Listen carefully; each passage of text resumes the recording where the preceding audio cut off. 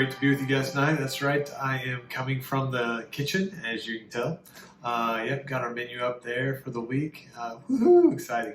But no, seriously, excited to be with you guys tonight. Been a little different for me lately. I've been in a new season of life and doing things a little differently. For 13 years, I was in full-time ministry, serving every week, every service, here and there, and just doing that. And then this last year, kind of taking a little bit of a break, not like from church or anything, but serving in a volunteer capacity. And in fact, serving as a small group leader for preschool. And so it's been pretty cool. Been very different though, because like for probably 15 to 17 years, I was in charge of ministry, whether it was camp or conference or local church ministry. And now I'm serving as a volunteer, and it's a different perspective. And something I really needed was just to be reminded of what it's like to be a volunteer again. And some of these things that I thought was important and kind of knew was important as a leader, I kind of let go, and I was like, oh, yeah, we'll get to it. Oh, yeah, we'll do it. And now as a volunteer, I'm like, man, I wish they'd just communicate with me. I wish they just let me know what they expected. I just wish I knew what I was supposed to do. And that's where policies and procedures come in. They kind of help us out with that aspect of it. And whether it's volunteers and taking care of them and making sure that we've got stuff set up and communicate with them that they know and they can do and be a part of and kind of know what we expect. Or if it's something like with safety and that we're taking care of classes and we can communicate this to parents so that they know what's going on and they know that we're taking care of their kids and keeping their kids safe. What there's really kind of I'm seeing is how the other day I was praying about, what am I going to tell you guys about policies and procedures? What is it that I need to communicate about this terribly exciting subject we're sharing tonight, in these details? And the Holy Spirit kind of dropped this in my spirit about how policies and procedures are like roads. They kind of like give it structure of from where you want to go, how to get there. Like we need to make a plan for ministry. We need to know what it is we're going to do, and then they help us kind of get there and see what that looks like. And so what I was kind of thinking about was actually when I was in South Carolina, in the Charleston area, if I wanted to go to the beach, I had to kind of like figure out, okay, I'm going to the beach, but like which one am I going to? And so in ministry, they're like, what do we want this to look like? We know we want to teach kids, we want them to grow, and we want to see these things happen, but like, what do we really want it to look like? Where do we really want to be? And so you have to kind of determine those things and make a plan for that. Kind of like I had to plan which beach was I going to Folly, was I going to Isle of Palms? What was I looking for that day, and what did I want it to be like? And so that experience, and when we determine those things, we can then begin to make a plan with our policies and procedures that help us accomplish that vision or help us get to that and kind of fill out that picture of what it looks like.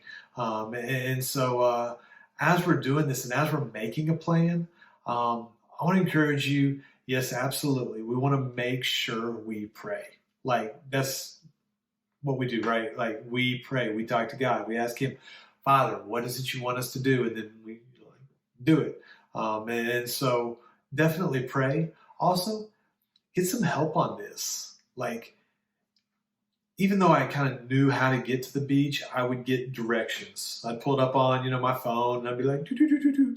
And whether it was Waze or Maps or Scout or, whatever driving map app, GPS thing I was using that day, I would type in the address and then it would give me a route to get there. And so I would have to kind of look at that and see, what does the route say and which one do I want to follow? Okay, I'm going to pick this route. Like even just going to Folly Beach, it would give me a couple different ways I could get there to get to the same end results, and I'd find the one that I thought was best for what it is I wanted to do. Okay, first off, was it Friday night? Because it happened one time where we were going down to Folly for like a prayer time with the staff and pastors, and we had to determine, are we going to go like downtown? Are we going to take kind of a way around? Which route are we going to go? And then like in going that way, while I know where I'm going, it's kind of helpful to have that GPS to remind me of what steps I need to take. Something else that was helpful was like talking to other people. Like if we were going somewhere, I might ask my wife, hey, what's it like going to Charleston? Because she was driving, to work that was right there by it, and she would be taking some of those passes. She could tell me if there's construction coming up, or is there something else going on? Was there a wreck on the way home? And so like when we're making a plan and we're setting up policies and procedures, we need to kind of like map out where we want to go and then get some input from some other people. Like bring some people in that you trust, that you believe can help out and give insight into this. And they may not actually be involved in children's ministry. That's one thing that's pretty cool is talking to people that aren't involved, because they can give you that different perspective. But you also want to make sure that you're talking to people that are actually there and doing it. That's one thing, like even at work now. I think it's funny how engineers have like, no, this is what you do. You do this, this, this, and this, and that's going to work. And I'm like, no, I'm here, and that doesn't work that way. And so talk to the people that are actually doing it. They'll give you insight. And so like when we were heading to Charleston, I'd ask Ruth Ann, hey, what do you think about this? And she could tell me, oh, no, it's awful. Or there'd be some mornings when I was taking kids to school, I could look down the highway as we crossed over, and I'd be like, text Ruth Ann, hey, do not take the highway today. You need to go a different route. Because I had seen something that she hadn't seen yet, and I was able to help her plan and choose a route that was going to help her get where it is she wanted to go. And so when it comes to policies and procedures, whichever area of ministry it is that you're doing this, or even aspect, I love seeing this happen for volunteers to kind of help remember things that whether it's getting a new volunteer onboarded where you're getting them into ministry, like you want to talk to them, so you want to have procedures for that. You want to, do the background checks and reference checks and all those things. Having that outline helps you kind of walk through step by step and seeing where you're going. Safety procedures, not even look at safety as like, we kind of actually need to know how to evacuate a building if you're even fortunate enough to be meeting in a building. I'm sure a lot of us are at this point in time, but some of you may not be yet. But policies and procedures and safety there, like, hey, yeah, it's a little bit different now, isn't it? Who knew that face masks and all that kind of stuff would be part of safety? Most of us aren't doing that in kids' church, but you got to think through these different things of what is it relevant to where you are and what's going on where you're at. And so get input of those around you. I think it's real interesting how I saw and heard how some people were doing things like teachers, and this isn't to pick on teachers, but like during the summer, they were doing things one way. And they were careful, I'm sure, but as soon as school started, or even the week or two leading up to it, like you saw them with masks, they were careful because they knew they could not get sick, because that meant they would be out of school for like 2 weeks. And so like they had to do things differently. And so maybe you talk to some teachers, just get some input from them on how some of these things should roll when it comes to safety or other things like that. But talk to people, get input from others that you trust to be able to help you out with this. And so the first thing you do is you make that plan. Now, in making that plan, you do want to write it down. Make sure it's recorded, not just like, oh, I got it right here. Well, when I'm doing, going somewhere and the directions, I'm like, oh, yeah, I got it. And then I don't just turn off my phone unless it's someplace I've been over and over again. I generally like to just keep it, even if it's places that I have been, just so it's a little reminder that I don't forget. And so the second thing I'll say about this is be consistent. So number one, make a plan. Number two, be consistent with your policies and procedures. So like follow the directions, right? I mean, like it would be kind of ridiculous for me to get directions and then like, I don't need those, and then just throw them out. I need to follow these directions. And so then I can go ahead and make sure I'm still on track and heading the right way. Now, it is good to make sure that those directions are getting you the right way. A lot of these GPS apps have gotten a lot better than they were. I can remember one time years ago, using my BlackBerry, and I was on my way to find a funeral home, a funeral I had to go to attend, not like lead or serve or anything like that, but ministering to a family that was serving in children's ministry, and it was one of their family members. And I'm following the map, and as I drive, I kind of look and I'm like, hey, that looks like a funeral home. And I keep on going, I follow the directions, and it drops me off, like I think at the dude's house, like the guy's house that runs it or something like that, because it wound up being a dead end with next to a railroad track and a house. And I was like, yeah, this isn't it. So I turned back around, kind of followed my way back through town, and then found, hey, here's the funeral home. Yep, this is it, slipped in just in time, all that kind of stuff. So make sure your directions actually are getting you where you want to go, but then follow them. Like, I mean, if you know they're good, follow the directions. Be consistent in this. If I decide halfway through, you know what, I don't want to do this, I want to go some other way, it may not help me get where I'm going as quickly as I had already set up to be. And one thing that I really like is, I don't always like how it tells me all the time, like in 2 miles, exit right. In 1 mile, exit right. But I do like, especially when it's like 250 yards, in 250 yards, make a right turn. It's like, oh, this is getting ready to happen. Oh, this is coming up. I need to, know this is what's happening. And so when it comes to policies and procedures, make sure you're communicating those regularly. Be consistent in that, in communicating this with your volunteers. Now, make sure it's relevant to what's going on right at that time. Like, my driving app isn't going to tell me 15 steps ahead. It's going to tell me what I need to know right now. And then after that, what's coming up next. And then as I get closer to it, it'll remind me again, hey, don't forget, you're going to be turning left here. So make sure that you communicate that regularly in multiple different ways. One is that having it written, having it emailed out. Some things like are seasonal, and so you'll want to remind people of policies or procedures. Maybe it's reminding people of a summer dress code, right? Something that we've done a few times, just because it starts to get warmer, people might get a little bit more comfortable than maybe your church is okay with in volunteer serving in ministry in specific roles. And so you might want to communicate that seasonally.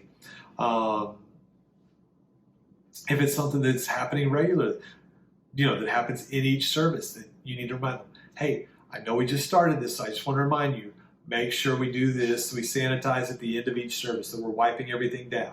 And that might be something you just do in a meeting each week. But make sure you communicate in multiple ways. Send out the written thing, put it in their hand, shoot them a text.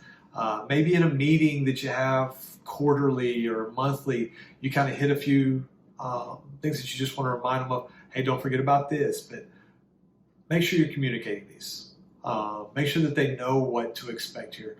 And so communicate correctly. And one thing that I can tell you, I wasn't always good at was being consistent in this stuff. Like sometimes I would have these great ideas, like we're going to have staff meeting 15 minutes, or well, you had to be in your classroom 15 minutes before service, but 20, 25 minutes before service, we're going to go ahead and have this meeting. We're going to pray. And I had good intentions, but I wasn't consistent in following through. And I didn't always stick with what it was I was wanting to do. And that was actually a really good thing of meeting with them just for a moment, just to pray and focus and center in. Maybe we weren't always excited about getting there, the extra 10, 15 minutes early. But I can tell you now, like, I'm expecting when I get to church that we're having that meeting. And I'm expecting that the time I took to get there early is going to be worth it when I get there. The leader's going to be prepared and ready to just go ahead. And even if it's just share a couple things, hey, this is what we got going on today. Don't forget about this and this in the lesson. And let's just pray. I'm expecting that to happen. So as a leader, make sure you're consistent, sticking with it week in and week out. And so for those of you that I failed in that, I apologize right now. I'm sorry. I missed it, and I get it now. And just want to let you know, I see that, and I see the pain that you went through then. And I apologize for that greatly. So, kind of like one thing I know is we need to make sure that we're the example and not the exception when it comes to these policies. That as a leader, you're the one that's setting the example and consistent with this time in and time out so that they know what to expect and then they follow that. One of the most annoying things is that saying, do as I say, not as I do.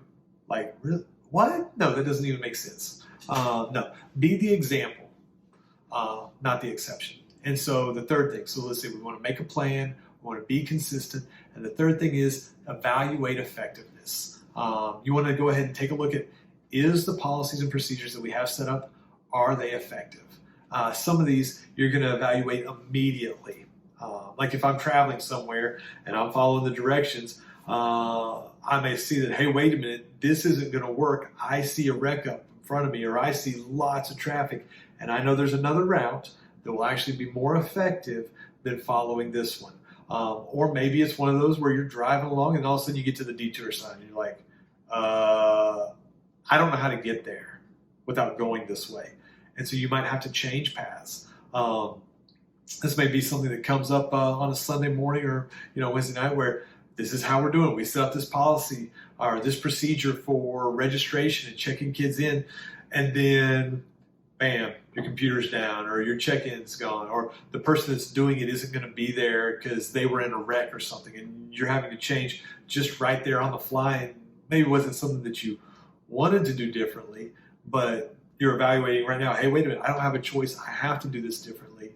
And so then afterwards, you can step back and think, okay, what can we do whenever these emergencies or things come up to evaluate the effectiveness of your policies and procedures, when things change, when things happen, and not just you evaluating them, but once again, getting input from other people, making sure that, hey, how did this go? That's one of the things that I appreciate when our preschool director checks in with us and says, hey, how did service go? What about this one activity? Did that work out right? Did this game go the way that we thought it would? Did the kids participate the way? And I'm able to share, hey, yeah, that was great, or no, don't do that again. Why did you put glitter in that box? I mean, really. But anyway, so, be open to input. Be open to hearing how things are going from others, and then make sure that you're encouraging people to be able to share that. That you don't just shut them down right away. Maybe if what they're seeing is just a perspective that maybe isn't the direction you want it to go, and so you're still going to continue with that policy or procedure, but you want to validate them and encourage them and thank them, appreciate, the input that they've given, and then even kind of record it and store it away in case maybe a little bit later you look at it and you're like, there might have been something to that. And so really when I'm trying to get directions or go somewhere, that's what I got to do. I got to make a plan. I've got to be consistent and follow it. And then afterwards, was that really the best route? If this is a place I'm going to be going over and over again, is that going to be the best way for me to do it? And so it's not that everything has to be so perfect and rigid, but we do want to make sure that we are staying on track in the direction we're going and following after what God has put on our hearts for ministry to children. That we're not just kind of making it from week to week, but that we're helping these kids grow. That we are helping the volunteers that are serving, we're helping them grow. That we're helping the parents. We're encouraging them and strengthening them and, being their cheerleader, being there for them. That through each one of these things, each one of these steps that we have of this is how we're going to do it, that it leads to people growing closer to Christ. I just want to say thank you so much for allowing me to be here and share tonight on this. I know I'm not always excited about policies and procedures, but when you see how these little things can make a big difference and help you be more effective, it's pretty awesome. So thanks a bunch, guys. Love y'all, and hope to be with you again soon.